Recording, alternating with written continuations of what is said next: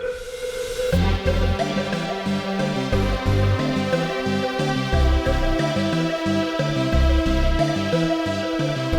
I'm Cody. I'm Brent. And we are the Hugonauts, here to review for you the best, and sometimes the worst, science fiction novels of all time. This week we have Left Hand of Darkness by Ursula K Le Guin. And next week, if you want to like, subscribe, or follow us if you're listening, we have City in the City by China Mieville. And so if you want to catch that episode, make sure to do one of those three things. Brent, we want to tell us a little bit about Left Hand of Darkness? Yeah, most definitely. So Left Hand of Darkness by Ursula K Le Guin won the Hugo and the Nebula Awards in 1970. She was the first woman to win either award, so big deal. It is 304 pages long, 9.5 hours if you're listening to the audiobook, so it's nice and tight. We'll talk more about that. And the story follows Genli I, who is the first envoy from like the human worlds of the galaxy to the planet Winter. And Winter is this very unforgiving, incredibly cold planet in basically a never-ending ice age. And the Gathanians who live there are human, but they've been cut off from the rest of humanity for so long that they have some different biology, or maybe they were tinkered with. We don't really know. But anyway, they are, the vast majority of the time, they're hermaphrodites. But once a month, they enter Khmer and become sexually active and express either male or female sex organs depending on the month. And that has huge implications for the society.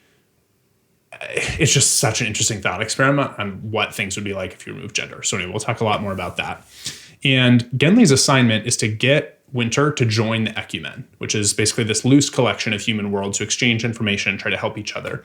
And he has to navigate a very politically difficult conversation between these two feuding nations, Karhide and Orgarain, the Mad King, Argivan.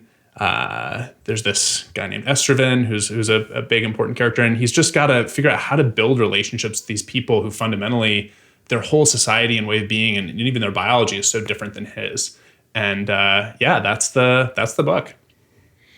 It sure is. And I rate it myself a 5. I think it's a 5 out of 5. It's one of the better science fiction books I've ever read, and one of the better books, period, I've ever read. I think it's mainly, I rate it that highly because it's really fascinating to see a world imagined in the future that is positive and not violence or conflict based. Ursula Le Guin imagined something really spectacular here, and different than a lot of other writers have. Yeah, for sure. Yeah, I totally agree. I think this is our first book that we both have given a 5. I also love it so much. Definitely give it a 5. Double 5s. Yeah, it's tight. There's still so much happening. You just keep thinking about it. You know, there's just so much here to think about. And I love it. I think Ursula is like one of the greatest of all time. Huge fan. Forgot to do this earlier. It's amazing. That's the book. Okay. So why did you like it so much? First of all, it's really succinct. It's compact, right? I mean, 300 pages and 10 hours, like that should not be enough time to get across as much as she gets across. But she does her description without exposition is so powerful of the planet and of the interactions between the characters, and her nuance, her ability with nuance is so good that we don't really we get what she means and what we're there for really quickly, and it feels like a super full novel even though it's a very short read. Yeah, for sure. Yeah, I felt the same way. It's simultaneously both short, but also like deep. And that is an incredible accomplishment. I think that's the mark of like truly amazing writing, because this world is like very fully realized. You feel totally transported to this other place that is so foreign. And yet you don't have to spend 600 pages to get there, you know? So she does this really interesting stuff with myths, for example. Like several of the chapters in the first half of the book are myths from the history of the planet Winter, and the Gathanians tell each other. And that's just a really interesting way to like inject you into like what the zeitgeist and what the mind of someone on this planet might be like. she's got really interesting religions verging on, they give people like some things verging on superpowers. They're like ultra meditators. So I think it's got all the things that sci-fi, great sci-fi has, but in such a small package. Yeah. Yeah, and in a really new way, which is funny to say about a book that came out 50 years ago, that it still feels new, like that she did something groundbreaking and it's still groundbreaking and hasn't been done that much since. And just not as much, she's just not as concerned about action as a lot of, science fiction is. Her conflict is interpersonal. It reads more like normal literary fiction, something you'd I think it read in definitely class. is. Yeah. I think even if like you're a person who's like, no, I don't like sci-fi, that's like lowbrow crap. First of all, you're wrong. Second of all, you should read this book. This is the intro to the genre for you because it's going to blow your mind. Like there's so much to think about. There's so much about just what it means to be human here. And in such a fun way. Anyway, yeah. So I totally agree. I think it's literary fiction as well. Yeah. Speaking to like about what it means to be human, I think it's really, Gen Li I is just the perfect kind of compact version of all of Earth humanity, of Terran humanity, and how we all feel and interact with each other in our societies and our pushes and pulls, conflicts, etc., against another human race, but a different one that's different biologically from us and culturally. And so we get to see ourselves through Gen Li I bounced off of an entire planet worth of different types of humans. And that interaction we see a lot in science fiction, very well done alien species, like in Fire Upon the Deep, which we just reviewed. You see like the Scrode Riders and the Tines, and those are really interesting, imagining like what a different creature with different biology how they would develop culturally and morally, etc. But here we don't see a lot of is like slightly different humans interacting with Terran humans, and what that would look like. It's very precious. I mean, we'll talk about this a little bit more with the technology, but I actually think that's like very real. If we're going to do interstellar travel, then the people who live on different planets are going to start to be very different from each other. And I think that's something that science fiction mostly like glosses over. They're like, oh no, it's going to be a contiguous empire of all these planets, even though it takes 50 years to travel between them. No, of course they're not going to be contiguous. They're going to start to be really different. And that actually is really interesting. So it's a super cool thing to think about. It's realistic, in what could have been a very boring way, which is maybe why other authors don't go there, because that realism can take away some of like the action, warring conflict. Yeah, it's less exciting when you can't bomb the other planet. Exactly. Yeah, for sure. So maybe that's why fewer people go there, but it's more realistic in that way. So the imagining of her future, which so brings us to like the Ansible, right? Is that exactly what you're going to say? Yeah, I was going to say we should talk about the technology. Yeah. So Gen Li I does take a spaceship to get there, but there's no faster than light travel allowed. It's rules of physics are real. With maybe we'll talk a little bit about that. But so he gets there, and his message basically is like, look, we are never going to be able to like trade goods back and forth. There's not going to be immigration of any meaningful amount between between planets. So really his offer is about information, because they have the one technology they do have that's really, really, they have interstellar travel, but they also have the Ansible, which is, instantaneous communication between any 2 points in space. It's like a device. It's a device that it's not explained too deeply, but it seems like through quantum entanglement can instantaneously communicate. You can communicate with somewhere, anywhere else. Yeah, for sure. Which, for what it's worth, we'll just quickly throw out there, I think like modern physics has said like, actually, that's not allowed. You can't have anything, including information, travel faster than light. But in any case, that's the core technology here. But I actually don't think that takes away from her point, because even if you can't have the Ansible, still the only thing you're going to be able to trade between planets really is information. It's just too expensive to move ships and people or big ships that could move real objects. So I still think her like fundamental sort of limitation here and extrapolation of the way people will interact between planets, I still think is right and in line with our modern physics. So I really. And I think well imagined in the lack of conflict, right? The realism of, okay, if we can only trade information and we can't trade goods, resources, emigrate very easily, then what do we really have to hold? What would be the point from of each fighting? other? Yeah. Yeah. Why wouldn't we just share? And that's what she imagines with the ecumen, largely peaceful empire that is kind of loosely, it's like you all rule yourselves, but we share information. That's what this galactic empire is of humanity. Yeah, that's right.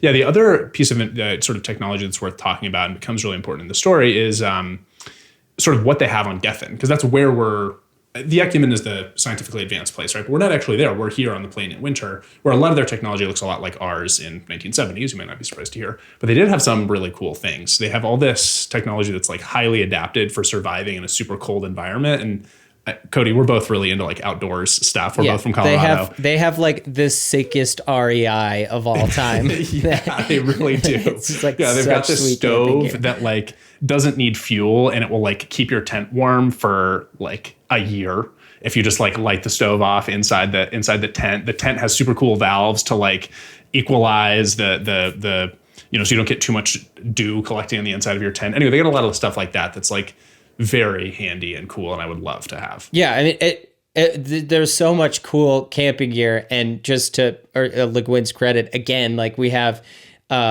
here's how you can make something interesting and fun, like this gear prepping and this gear use. It's like interesting and fun piece of conflict without it being about guns and space battles, which also they have a little bit of on Gethin, but their military technology is also pretty light, right? Like they have this sound blast gun that has settings for how much damage you want to do, and it has tight range. They don't have many lethal weapons. Yeah, mostly like stuns you. Yeah. I mean, part of why there's not as much violence in warfare in Gethin. I mean, the weather is part of it. The perpetual ice age. There's just harder to do things when it's always snowy and freezing. But also because of what you brought up earlier, which is their gendering, which is what Le Guin's trying to imagine. Yeah, we should talk more about how it works, basically, I think. So, yeah, so they're hermaphrodites.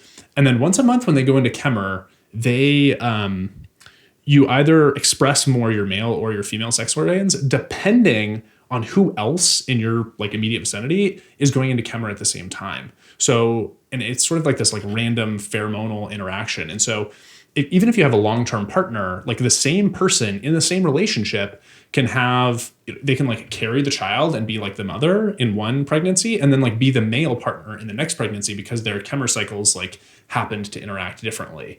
And so, yeah, there literally are no men or women. Everyone is both. And that just like the implications of that are just like so big. It sort of lets this whole novel like breathe and creates so much space. Right. And first of all, being like I was talking about with the weapons, that is one of the insinuations why there's not really warfare on the planet of Winter, or Gethin as the Gethinians call it. They don't, because there's just not as much hormonal imbalance to create like the desire for violence. There's a lot of other factors here too, but that's one of the main players, is that Genlii is a male human who's visiting the planet, and gets frustrated throughout the book with their either their masculine qualities or their feminine qualities as he is defining them. But they don't see those definitions at all. They're just Gethinians. And so he just in her incredibly nuanced writing, you just see this shift over the book of Genlii understanding it more and understanding what that way of being would be like and why it's informed it helps him because at the beginning, he has such a hard time even like communicating with people, right? Like he just can't understand them and the angles they're taking on things, and he's trying to put everybody in these categories, and like there just are not any categories to be had. Yeah.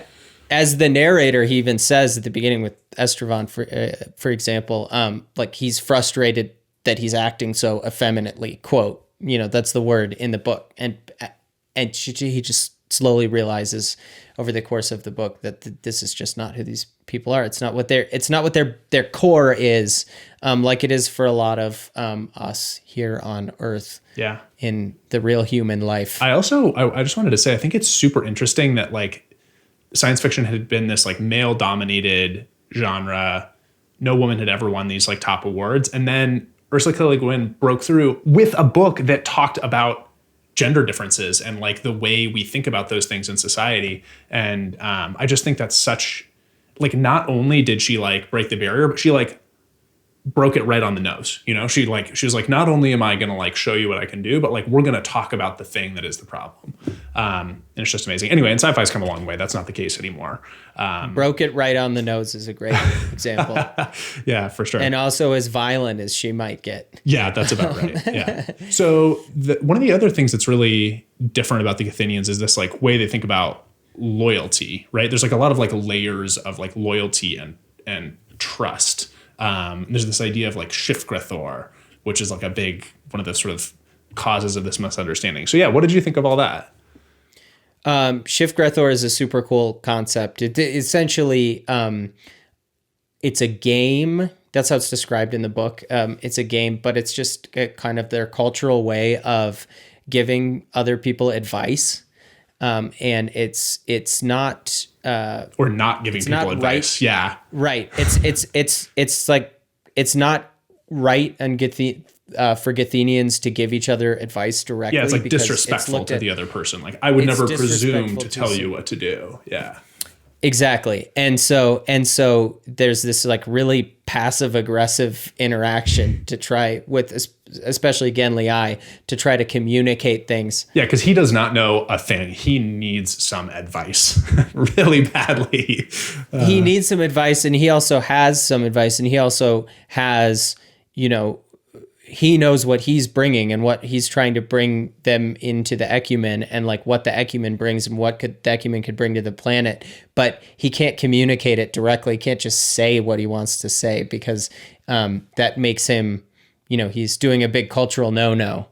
So he has to figure out over the course of the book how to engage in this, and they have to figure out, some of the characters have to figure out how to be more direct. That's right. As well. Yeah. Yeah. And it creates these really like interesting like levels of shifting loyalty too, right? Because there's like really intense personal loyalty, but there's also a lot of like loyalty to the state, loyalty to the king, loyalty to like to Winter and Gethin, and like there's this like outworlder, and that creates natural conflicts. And that's maybe the most interesting point that she makes about us, right? About Terran humans. That's maybe the most interesting is the difference between personal loyalties and state loyalty to state, nation. And more largely, I think she extrapolates it to like your people. Like nation in the good sense, not just the state, but like the collective betterment of your society, not just the government. Yeah, I loved that so much. It spoke to me like super, super deeply. It's like so much of the way I feel about our country. Like I love many of the like cultural aspects of our country. I care so much about like the people that I know and like the broader idea of like our people and our belief in freedom. But like, I don't love our state. Like, I don't love the government, and I don't think anyone should. Like, what does that even mean? You can't love a government. Like, a government is not a person. And I think she really makes that point in a really interesting way. Like, that's like, it's just like a fallacy. It is not a person. You should not treat it the same way as you do treat a person. States can do things tool. Wrong. That's right. It's a tool. It's a tool, not a person. And yeah, and I think she makes that point well. And also, and then, like I was saying earlier, just navigates this idea of like loyalty to your friend versus loyalty to the nation versus loyalty to the betterment of society. And especially in that full spectrum is where it's really interesting, exploring like keeping promises to somebody, but is also keeping that promise to them, the greater good of society. And yeah, it's just beautifully done. Yeah, absolutely. And then we also have obviously the comparison to bounce off between Augurain, the one of the major cities, and Karhide, the first city Genli I starts in. And you've got, Karhide is more of kind of like we like to think of it, we were talking about it being kind of like Alaska, like everyone has enough resources, it's super cold, but everyone's kind of spread out. So they're like hanging out, they're like very small towns and like really tight family knit communities. And like, you don't really care about like everybody knows the king is a jackass. Like Sarah Palin's in charge of Alaska. Like we all know that we're not going to like listen to Sarah Palin, but like Alaska is great. We can all agree on this. And like, I like my people. Like, yeah, Carhide's great. Right. And the king has the power by name. So he's happy with the power, but it's not really a real power. And then Argarain is more kind of like a shutdown, like maybe an old Soviet state. Yeah, they have like the party of like 30 who run the nation. There's super scary, intense Siberian prison camps and secret police, and your documents are very important. Yeah, it's definitely like Eastern, feels very like behind the Iron Curtain kind of a place.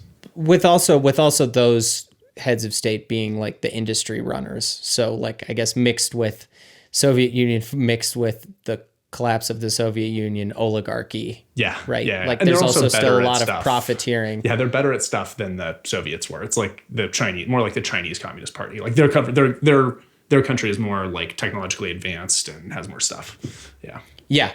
True. Ultimately, what Le Guin does this through with Genli Ai, and I think is kind of the core basis for being able to see a world like this and tell a story like this, is instead of colonialism, like we get in a lot of science fiction, we either get good guy colonists, or like, humanity needs to expand and there's a only evil alien race we need to exterminate so we can do that, or they're threatening us.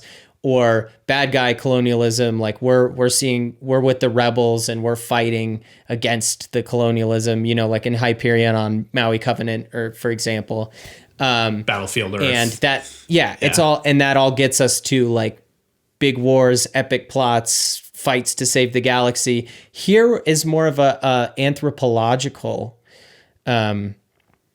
approach. Yeah. Right. It's one person being sent to an Earth to invite, or to a planet to invite a different group of people to join them. And they send one person without any weapons, so that the very people smart, that they're visiting. The way. Yeah. It's like a very good way to seem non-threatening. It's like, I'm not sure I would have thought like, man, going to another country seems scary. Definitely got to send a delegation. No, you seem much less scary. Just send one guy with no guns.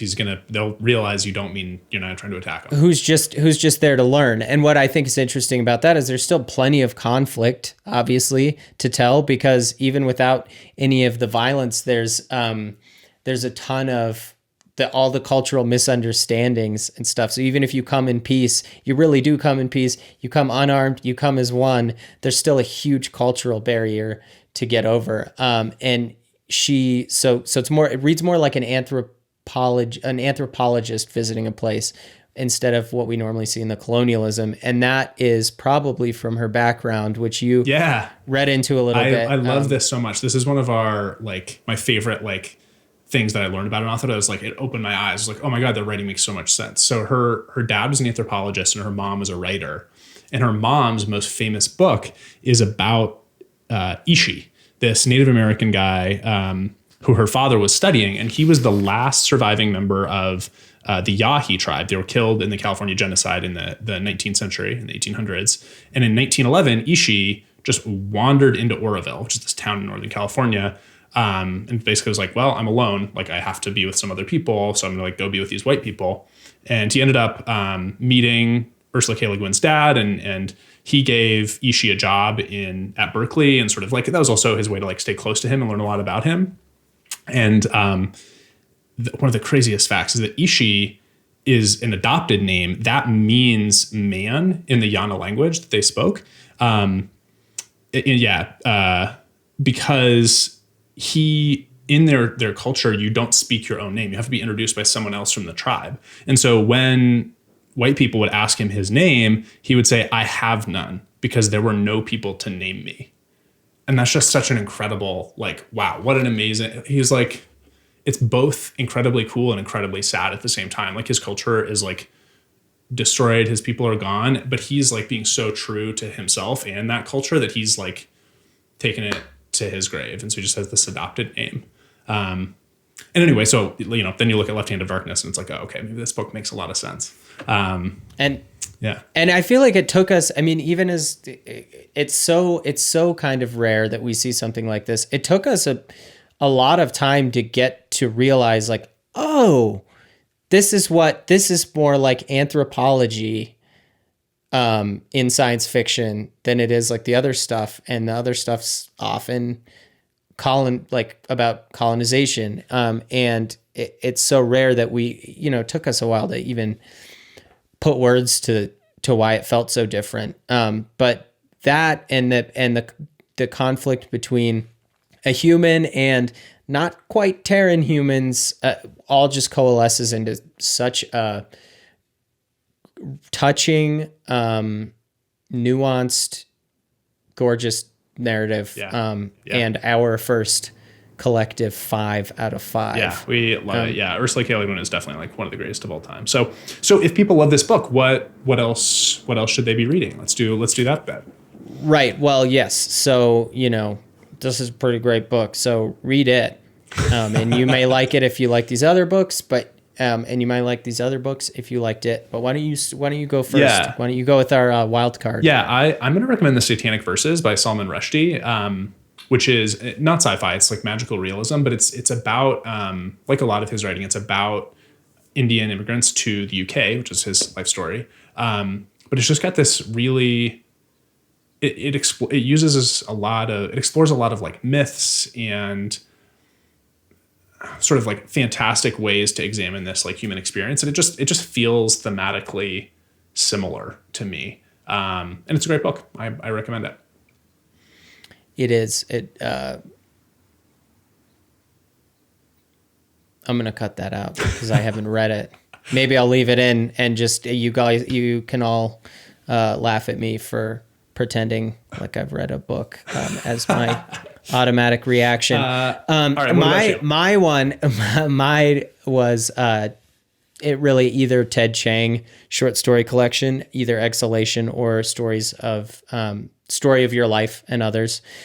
He just, I think, is a great science fiction writer. They're all short stories, obviously, but he shares similarities with Le Guin in that he doesn't write a lot about the conflict and the stuff we normally see. It's a lot of ideas like technology interposed on what would happen in society on a smaller scale, and really honed in on certain characters and their interactions throughout. Even Story of Your Life, which the movie Arrival is based on, has a similar feel. It's very anthropological. It's just like a linguist studying like how do we find language and how do we communicate with fourth dimensional beings as third dimensional beings. And it's a really interesting exploration. And then there's one more. Yeah. There's one more recommendation, which is our next episode. Yeah, for sure. Yeah. Part of the why we chose to read that next. Yeah. City in the City by China Mieville is great book. Please follow, subscribe so you can see that one in a couple weeks. We'll talk more about it then, but yeah, it's really interesting, really makes you think. And then I actually have a wild card for you, Cody. I just finished Stranger in a Strange Land by Heinlein, which I was like, I read it when I was like 12, hadn't read it since. And we've got to cover it at some point here. It's so interesting, but it's similarly like it's a Martian who comes to Earth and is alone. He's the only Martian on Earth. And so it's this like really interesting, it's like the reverse of Left Hand of Darkness, where it's like the human goes to the foreign planet. It's a foreigner coming to Earth, and that first contact in reverse. And, the ideas are like totally different, but it really felt like they definitely feel related. And, they're definitely like spiritually connected. I agree. I also love Stranger in a Strange Land. I would argue it's a lot more largely a commentary on religion, but we'll get into that when we do that eventually. Next time, City in the City, then sometime down the road, Stranger in a Strange Land. And this week was Left Hand of Darkness by Ursula K Le Guin. If you have not read it, go read it. It's phenomenal. It's one of the best books I've ever read. Yeah. Anyways, that's all for this week. See you later, Brent. Adios.